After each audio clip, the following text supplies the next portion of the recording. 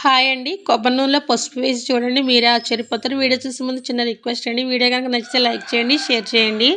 ఇలా ఒక కొవ్వొత్తు ఉంటుంది కదండీ! కొవ్వొత్తుని తీసుకొని చాకుతోటి ఇలా చిన్న చిన్న ముక్కల్లా కట్ చేసుకోవాలండి. దాంట్లో చిన్న వేజ్లైన్ డబ్బాలుంటాయి కదండీ! ఒక వేజ్లైన్ డబ్బా ఫుల్‌గా వేసుకోవాలండి.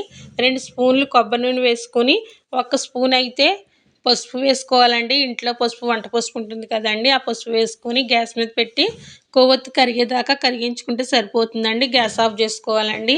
ఈ రోజుల్లో శీతాకాలం కాబట్టి అందరికీ కూడా పాదాలనేవి పగిలిపోతూ ఉంటున్నాయండి.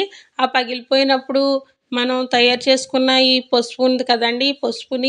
ఈ పసుపు తయారు చేసుకున్న క్రీమ్‌ని మనం పగిలిపోయిన పాదాల మీద గనక నైట్ పడుకునేటప్పుడు రాసుకొని ఒక్క 2 నిమిషాలు మర్దన చేసి పడుకున్నామంటే మనకి కాళ్ళు పగుళ్ళనేవి తగ్గుతాయండి. కాళ్ళు చక్కగా నునుపుగా తయారవుతాయండి. పేస్ట్‌ని మనం గనక వేజ్లైన్ డబ్బాలో వేసుకొని దాచుకుంటే వీడియో నచ్చితే లైక్